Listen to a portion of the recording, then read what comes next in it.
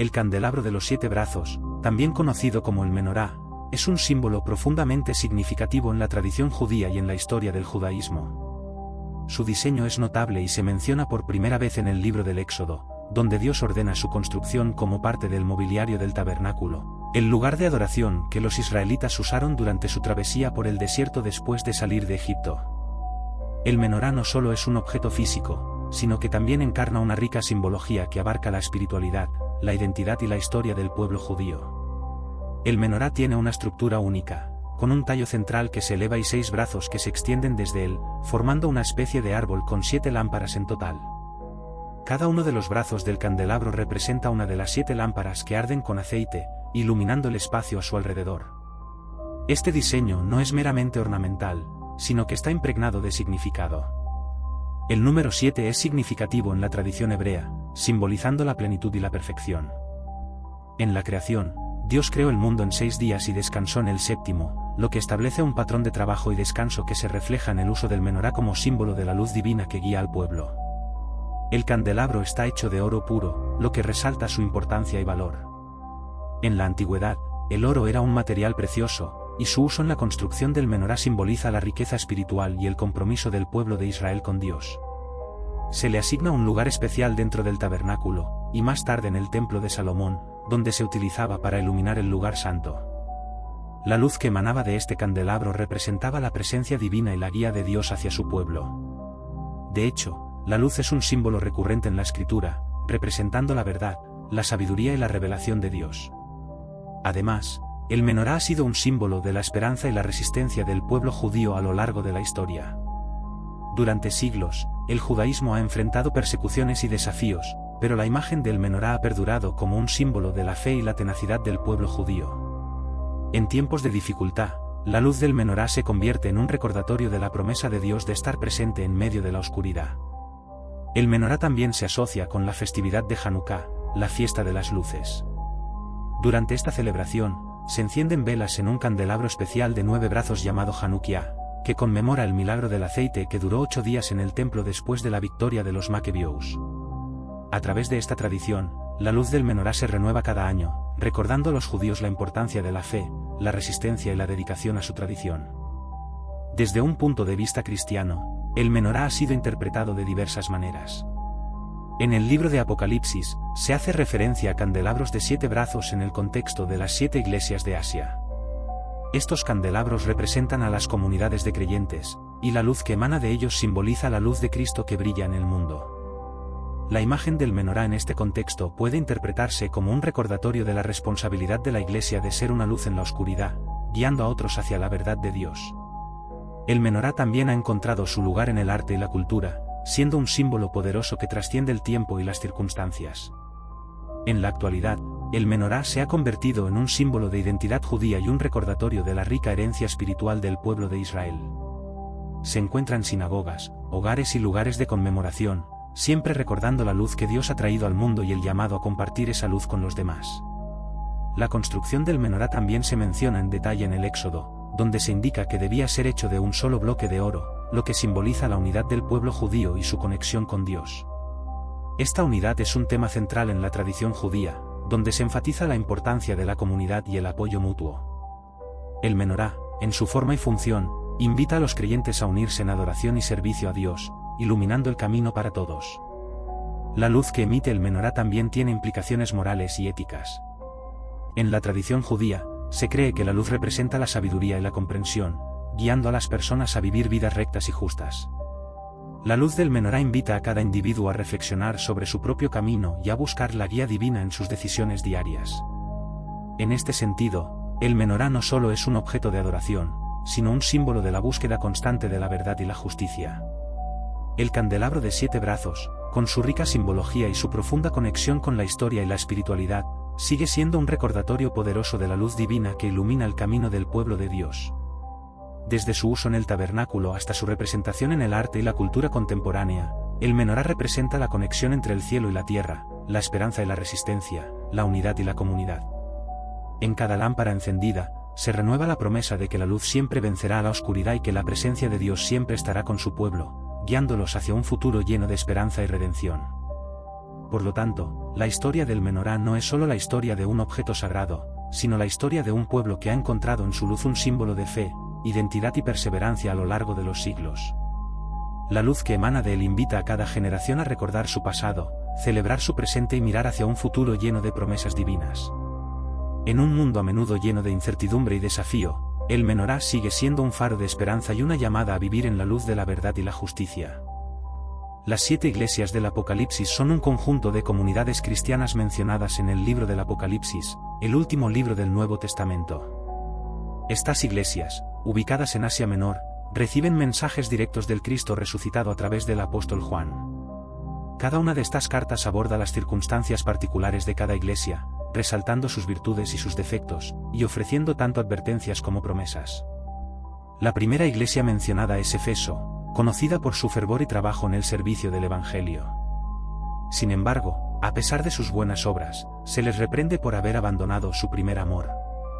Este es un recordatorio poderoso sobre la importancia de mantener la pasión y el amor por Cristo, más allá de la mera actividad ministerial. La carta les llama a arrepentirse y volver a las prácticas que tenían al principio, destacando que sin amor, las obras pierden su significado. La segunda iglesia es Esmirna, que enfrenta persecuciones y sufrimientos. Se les advierte que tendrán que afrontar más tribulaciones, pero se les anima a ser fieles hasta la muerte, prometiéndoles la corona de la vida. Esta iglesia es un ejemplo de resistencia ante la adversidad, y su mensaje resuena profundamente en los creyentes que atraviesan pruebas similares en sus vidas. La iglesia de Pérgamo es la tercera en la lista. Se destaca por ser una iglesia que vive en medio de un entorno hostil y pagano. Sin embargo, a pesar de su fidelidad, algunos miembros se han dejado influenciar por enseñanzas erróneas, como la doctrina de Balaam, que promovía la inmoralidad sexual y la idolatría. A esta iglesia se le advierte que se arrepienta y que no se conforme con las normas del mundo, ya que la fidelidad a la verdad es crucial en la vida cristiana.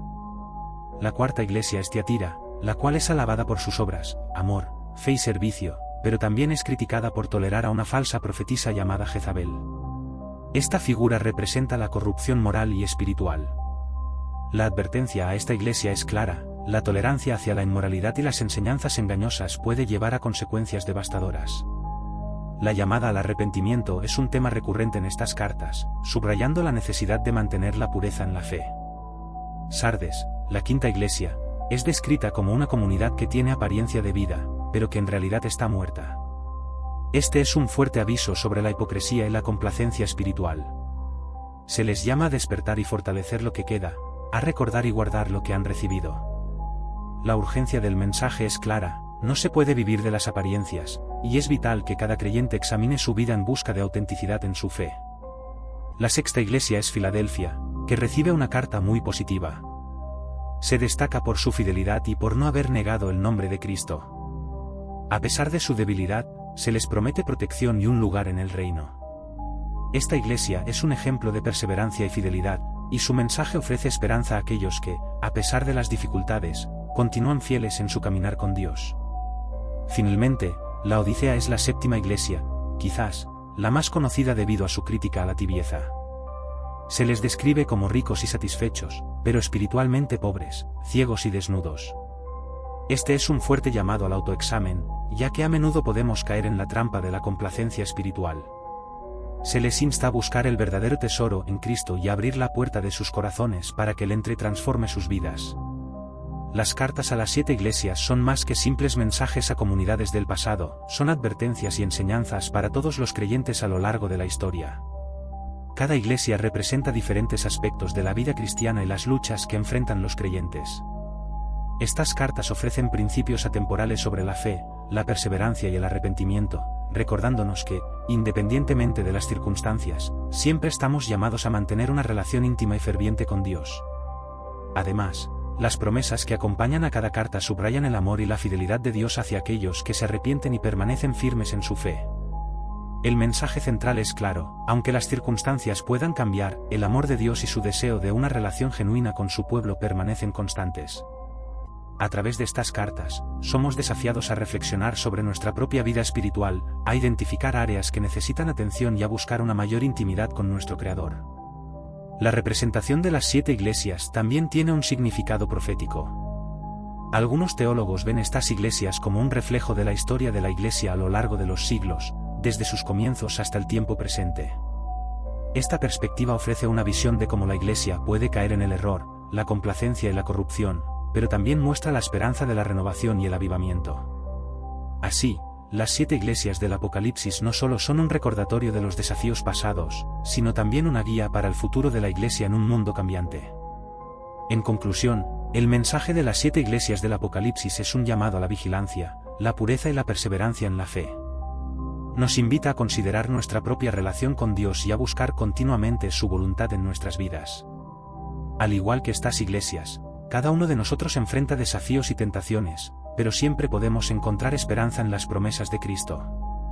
Al recordar y aplicar las lecciones de estas cartas, podemos crecer en nuestra fe y avanzar hacia el propósito que Dios tiene para nosotros, mientras esperamos con anhelo su regreso. La historia de los sueños de José es un relato fascinante y conmovedor que se encuentra en el libro del Génesis, uno de los textos más antiguos y significativos de la Biblia. José, hijo de Jacob y Raquel, es un personaje que destaca no solo por su vida llena de sufrimientos y pruebas, sino también por su capacidad para interpretar sueños, lo que lo lleva a ocupar un lugar fundamental en la historia de su pueblo, y en última instancia, en la historia de la redención. Desde su infancia, José es un personaje marcado por la controversia y la envidia. Su padre, Jacob, lo favorece, dándole una túnica de muchos colores, lo que provoca los celos de sus hermanos. Esta envidia se convierte en odio cuando José comparte con ellos sus sueños proféticos.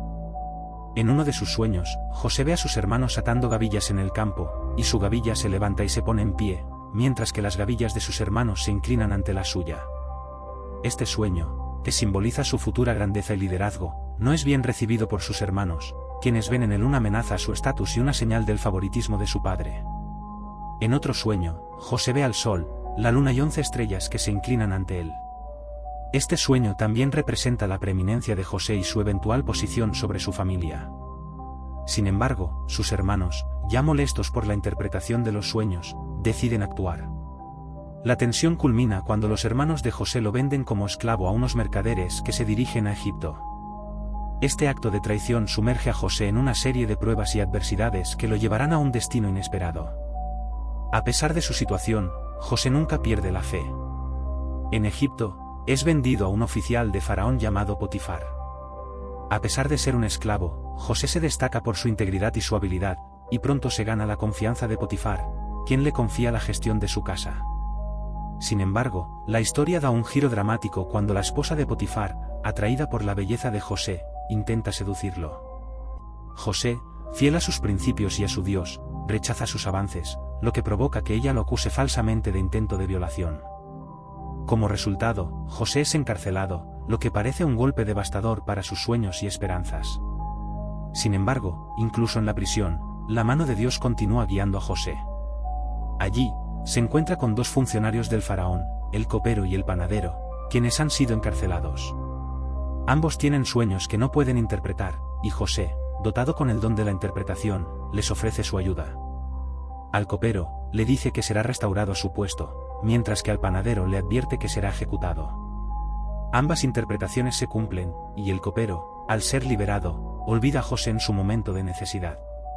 Pasados 2 años, Faraón tiene sueños inquietantes que le causan gran angustia. Nadie en su corte puede interpretarlos, y es entonces que el copero recuerda a José. Llamado a la presencia del Faraón, José interpreta los sueños, revelando que se avecinan 7 años de abundancia seguidos de 7 años de hambre. Esta revelación no solo impresiona al faraón, sino que también lo lleva a nombrar a José como gobernador de Egipto, encargado de preparar al país para la crisis inminente. Así, José, quien había sido rechazado y traicionado, asciende a una posición de poder y autoridad. Durante los años de hambre, la fama de José como líder sabio y administrador eficaz se extiende más allá de Egipto.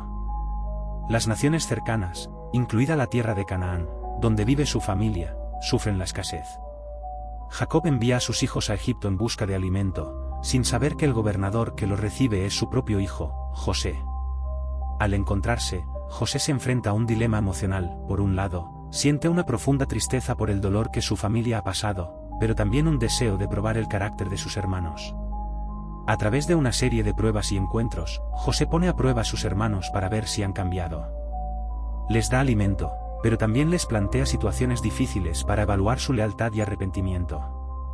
La tensión culmina cuando finalmente revela su identidad a sus hermanos, quienes se aterrorizan ante la posibilidad de represalias.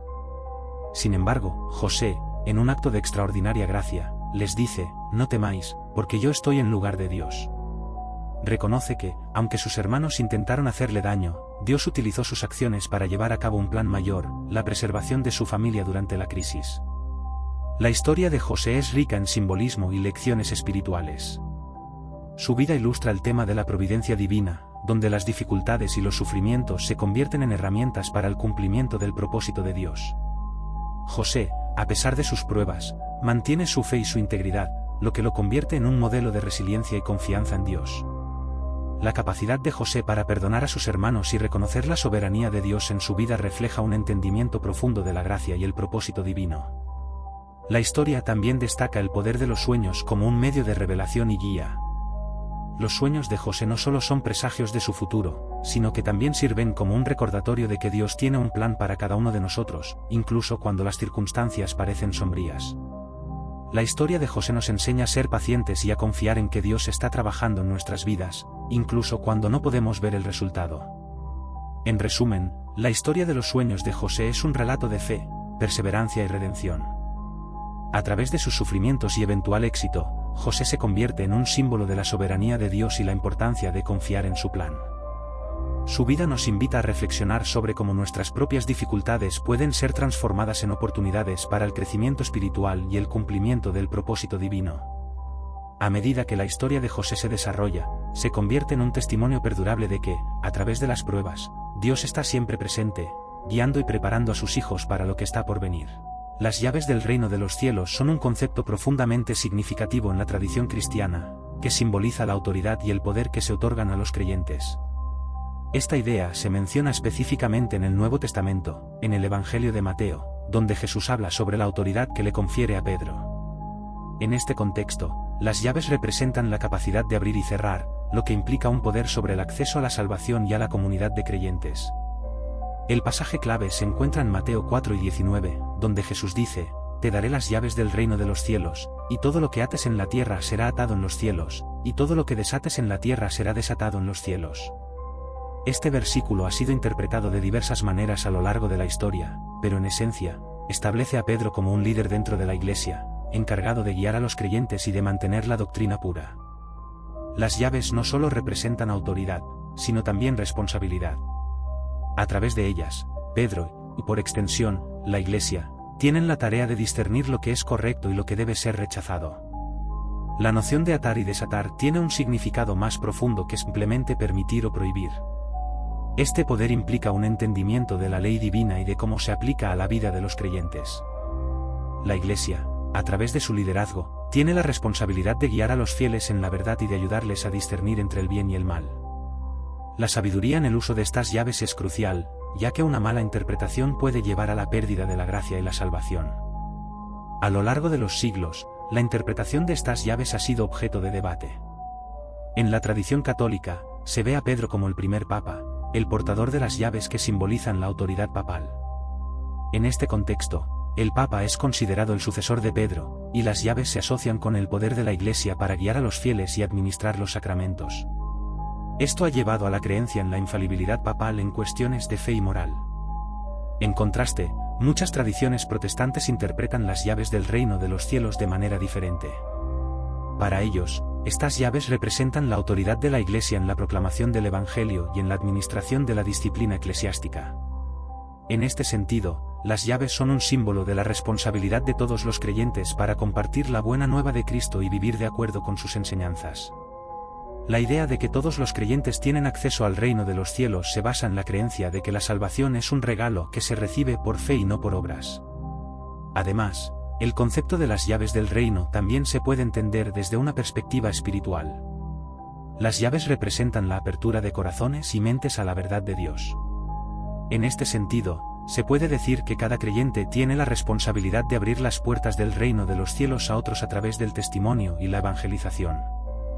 La forma en que vivimos nuestras vidas, cómo tratamos a los demás y cómo compartimos nuestra fe puede ser un reflejo de esas llaves en acción.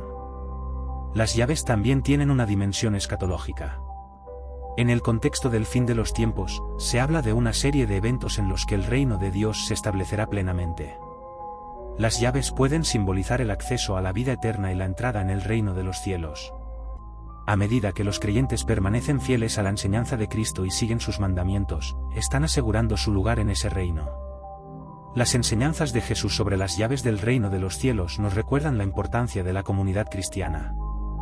La Iglesia, como cuerpo de creyentes, tiene la responsabilidad de guiar, enseñar y apoyar a cada uno de sus miembros. En esta comunidad, las llaves se utilizan para abrir las puertas de la fe, ofreciendo esperanza y restauración a aquellos que están perdidos o heridos. Por lo tanto, es esencial que los creyentes busquen la sabiduría y la dirección del Espíritu Santo al utilizar estas llaves. La oración, el estudio de la palabra de Dios y la comunión con otros creyentes son herramientas fundamentales para entender cómo aplicar correctamente la autoridad que se nos ha otorgado. Las llaves del reino de los cielos no son simplemente un símbolo de poder, sino un llamado a vivir de manera que refleje el amor y la gracia de Dios en nuestras vidas. Las llaves también pueden ser vistas en el contexto de la reconciliación. Jesús, al dar estas llaves, no solo está hablando de autoridad, sino también de la capacidad de perdonar y restaurar. La Iglesia está llamada a ser un lugar de sanación, donde los que han caído en pecado pueden encontrar perdón y un nuevo comienzo. Esto subraya la importancia de la misericordia y la gracia en la vida cristiana. La interpretación de las llaves del reino de los cielos también puede extenderse a la relación entre la tierra y el cielo. La Iglesia tiene la responsabilidad de actuar como un puente entre estos dos mundos, llevando el mensaje del Evangelio a la tierra y reflejando la realidad del cielo en la vida diaria. Esto implica vivir de manera que nuestras acciones y decisiones reflejen los valores del reino de Dios, invitando a otros a experimentar la vida transformadora que ofrece Cristo. Además, es importante recordar que las llaves son herramientas, no fines en sí mismas. El objetivo final de tener estas llaves es abrir puertas a una relación más profunda con Dios. A través de la oración, el estudio de las Escrituras y la adoración, los creyentes pueden profundizar su comprensión y conexión con el Creador. Esto a su vez nos capacita para compartir esa relación con otros, usando las llaves para abrir puertas a la fe en sus corazones. En resumen, las llaves del reino de los cielos son un símbolo poderoso de la autoridad y responsabilidad que se confiere a los creyentes. Nos llaman a ser fieles en la proclamación del Evangelio, a vivir en pureza y amor, y a abrir las puertas del reino a aquellos que nos rodean. A través de nuestras acciones y palabras, podemos reflejar la luz de Cristo y ser agentes de cambio en el mundo. Al abrazar este llamado, no solo honramos la autoridad que se nos ha otorgado, sino que también contribuimos a la expansión del reino de Dios aquí en la tierra.